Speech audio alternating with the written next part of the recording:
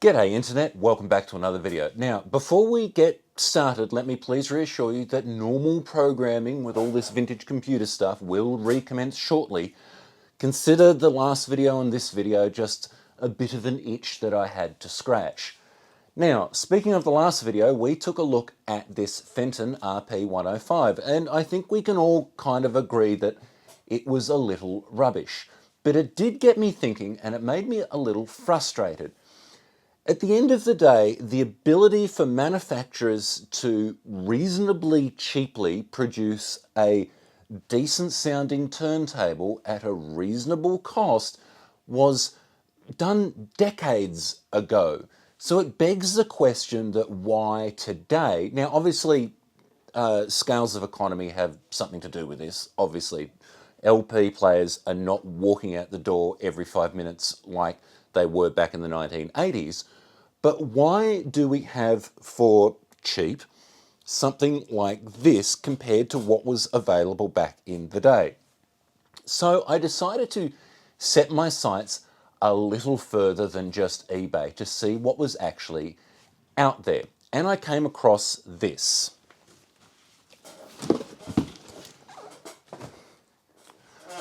This is the Crosley C3. Now, I will be the first to admit that Crosley doesn't exactly have the best reputation when it comes to turntables. Mainly got to do with their range of suitcase players, which are really no better than this thing buried underneath the box. But their C range does seem to be half decent. As for price, I have to admit this was a little bit of a cheat. Currently, as I'm filming this, Kogan and Dick Smith here in Australia, which are the same company, have this on clearance for 79 Australian dollars. And if you, before you jump online and work out the conversion rate, I think that's about $4 US. Anyway, but if I jump online in Australia, the recommended retail on this, I think, is about the $250 mark, which puts it a little cheaper to what would be most people's go-to entry-level turntable, which is the Audio-Technica LP160. That seems to go here in Australia for about the $250 to $270 mark. And if I jump on Amazon America, the going price for this still seems to be about that $160, $170 mark, which puts it basically at the same price as an LP60. So the question is, how does this machine sound? How does it operate? What are some of its quirks and features? There are some things that are great about this. There are some things that are not so great. And the reason I can tell you that now is, unlike the Fenton, which you literally saw me pull out the box, do some tests and give it the thumbs down. This machine I've actually spent a week or so playing with, getting to know, so hopefully I can give it at least a bit more thorough review. But let's get into it. Now, the first thing that obviously jumps out at you is its design. It's not your standard black plastic or wooden box with a lid. It actually looks like a giant spin fiddler toy thing. But having a quick look around, we've obviously got our on 33 and 45 selector at the front. It does use an external drive motor for its belt, which goes the whole way round the platter. We do have the felt mat on the platter, which is rubbish. We'll get to that in a minute. And we have our tone arm assembly with a proper counterweight. It does have automatic anti-skate, a non-removable head shell, and an Audio-Technica AT3600, I believe, L stylus and cartridge, which is actually quite a good cartridge to have on a machine like this. Now, I'm not a big fan of felt mats, never have been, and when this one first arrived, it was really badly creased because of the way it had been packaged. So the first thing I'm going to do is I'm going to get rid of that, and here is a rubber mat off an old turntable of mine, and that's going to go on there from here forward. And if you do decide to pick up one of these, my first recommendation would be to ditch the felt mat and pick up a third-party cork or silicone, whatever your choice happens to be, mat for the platen. For me, it's more of a personal thing. I just don't like the felt mats. Now, being a properly weighted tone arm, if we put it on the scales, we should get about 2 grams. That's 1.9. Being an AT3600, I might actually dial in a little bit more. What do we get there? That says 1.6. It's 3.4. That's a bit heavy. Let's dial it back to there. 2.8 grams. That's not bad for this particular stylus and cartridge. Operation of the machine is fairly straightforward. We'll put our record on, dial up 33 RPM, lift our tone arm, line it up with the outer groove, and drop the tone arm. It's got a nice soft lowering mechanism, which is quite nice. And if I had speakers plugged in, it would be playing fine. But before we do that, let's actually see what kind of speed this is spinning at. So if we put the phone down and dial up 33 RPM, we're getting about 34, which is, I'm trying to read this as it spins around, about 2% fast. Again, like the Fenton, not sure if you're going to hear that,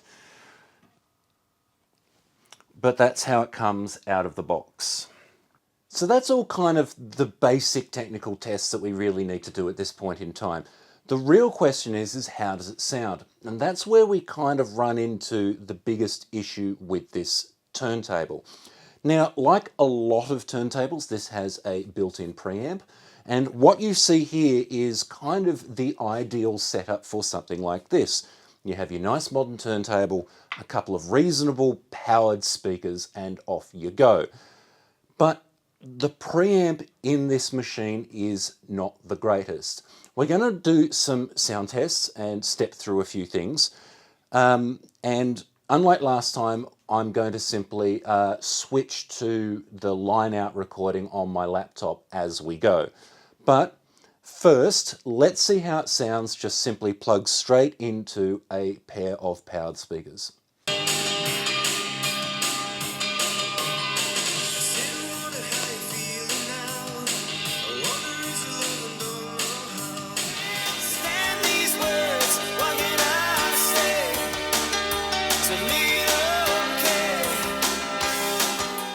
Now that sounds okay to my ears, but it's lacking something. And I honestly believe that it is the preamp built into this turntable that is the problem. So what if we were to bring in a standalone preamp? Now this, I believe, is a Muffy, I think they're called. Mark from the Retro channel loaned me this because I actually don't own my own separate preamp because I've simply never had a need. So how does this now sound with a standalone preamp?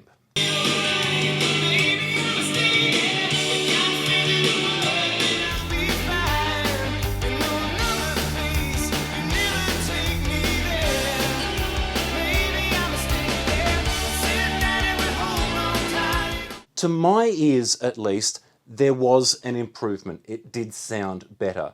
But my problem with all of this is, well, this is an $80, well, it cost me $80 for the turntable, right? That seems like a fairly cheap price to pay for not a horrible turntable with some issues, right? But these Roland speakers, these Roland Edirol speakers, were $250 when they were new. I didn't pay that. I paid about $100 secondhand. So if you can do that, awesome. The preamp, I believe, is around the $90 US mark for the kit. So we're starting to get to a point where the cheapest thing in this whole setup is the turntable, and we're starting to kind of get a bit of an imbalance here.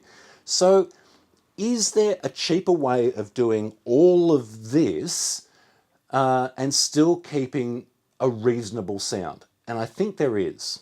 And that is this. Now, let me explain what I've done here, right? So, turntable, blah. This receiver here is my recently retired one because I picked up a new HiFi recently. More about that after the credits if I get time. This particular receiver is an Onkyo something or rather, and it was $30 at the local recycling centre, and there was nothing wrong with it except it was missing the remote. These speakers are a pair of Sony's, and they are SSLB 255s, and they were $15. This particular receiver here has a built-in preamp. These are available reasonably dirt cheap. Keep your eye on Gumtree, Craigslist, Facebook Marketplace, and you can pick these up all day long for well less than 100 Australian dollars. All you need to do is just look for ones with a phono preamp or a phono ports on the back or a phono plug button on the front. And my experience, at least, that any of the brand name ones, so Yamaha, Pioneer, Onkyo, any of those kind of ones, the preamps in these are actually reasonably good. This Does Not Compute did a shootout a little while back on various mini amplifiers and put in his old Sony kind of one of these as a comparison. And the Sony came out the best, so I'll link to that video. But all the accessories here cost me a grand total of $45. Now, you might end up spending a little bit more than that, but even if you can get away with spending $100 on all these bits and bobs, that's a lot cheaper than the fancy powered speakers and a separate preamp. But the question is, how does this sound? Well, let's give it a listen.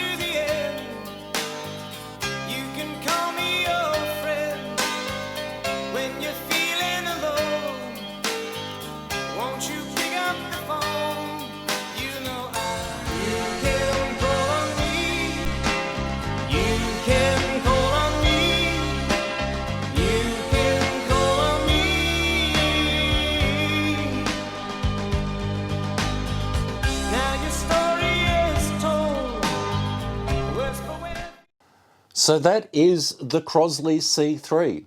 What do I think about it? It's not bad. For the money, I am pleasantly surprised. Now, it does have its issues, okay? Look, the platter mat is nothing, whatever, replace it. That's not a huge issue. The built-in preamp is disappointing, but honestly not that surprising. Many of the entry-level turntables with built-in preamps aren't the most fantastic sounding. So if you are to buy this, or really any of that kind of genre of record player, I do recommend using some kind of external preamp, be it a dedicated external one or something like this amplifier. But my takeaway from it is this. Like I said, as it currently stands, Dick Smith & Cogan have this on clearance for 79 Australian dollars. Buying new, and I specify new here, I can't find a record player that even comes close to this. Okay, for that kind of money, we're really still talking suitcase players and things like the Fenton.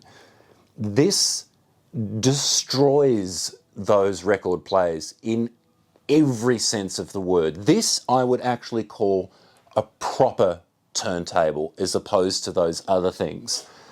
At recommended retail price, which is about 250 Australian dollars, we're starting to get into LP60 territory. Now, I've heard mixed reports about the built-in preamp on the LP60. So from that point of view, you might be in a similar kind of situation where you want to use and spend money on an external preamp anyway. But with this machine, you do get a proper replaceable cartridge and stylus and a properly weighted tone arm. So it's really up to you, and it might simply come down to a choice of style. People may not like a giant spin fiddler sitting on their sideboard. They'd prefer just a traditional standard looking record player. Now the LP60 is also fully automatic, and this is much more manual. The only automatic thing this has is auto stop. So not auto return, just auto stop.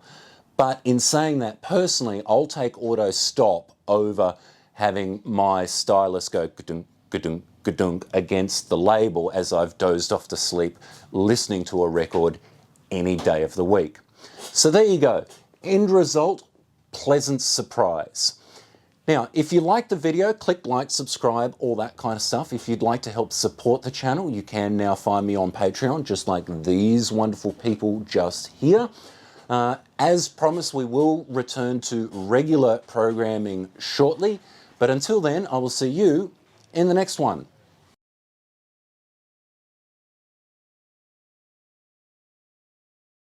So I did mention a quick look at my new HiFi, and this is it here. It is a Toshiba Stereo Music Center SM3600. And, well, it's beautiful, but it is also huge. This machine is 81 centimeters across. Now, let me just put that into perspective for a minute. Here is a standard CD. I'm just going to put that in the corner. That should give you an idea of how wide this machine is. Now, I haven't been able to find huge amounts of information about this machine other than it dates from about 1977 or 1978. And as such, it has a beautiful amount of polished aluminium. It has these awesome kind of piano-ish buttons along the front, a very nice weighted tuning knob. And if we turn it on, everything just nice lights up with that beautiful orange glow of the very 70s kind of aesthetic. So from a functionality point of view, we've obviously got our AM/FM stereo, but we also have this tape deck here, which sports Dolby noise reduction. I'm guessing it's the very original noise Dolby. We also have a series of beautiful sliders here for record level, bass, treble, and balance. And up the back, a couple of VU meters, which are actually probably my biggest disappointment of this machine, because the VU meters are actually only for the tape deck. They don't do anything when the record player is in action. Speaking of the turntable side of things, it is a belt-driven unit. We have a very nice S-shaped tone arm with a removable head shell and currently a Riga carbon cartridge and stylus. It does support proper weight balancing, anti-skate, and balancing for sideways movement. I think it's called azimuth. I haven't really touched this. The weight balance is all dialed in, and the anti-skate seems to be working fine. It is auto return, so it's not completely automatic, but when it does get to the end of a record, it will nicely return the tone arm to where it came from. It also does both 45 and 33, and the selectors are over here, and the 45 adapter is just kind of up in that top corner there. So yes, this is my new HiFi, and I am absolutely in love with this machine. I love the looks, the aesthetic, the sound out of it is just that, especially with my old Sansui speakers, it's just that kind of beautiful, warm 70s vinyl sound, which I love. And all in all, I spent hours, absolutely hours, cleaning and polishing this, even though it did actually look pretty clean. I chewed through a heap of cotton buds and paper towels to get it looking as good as it is, but it is just a beautiful piece of vintage hi-fi.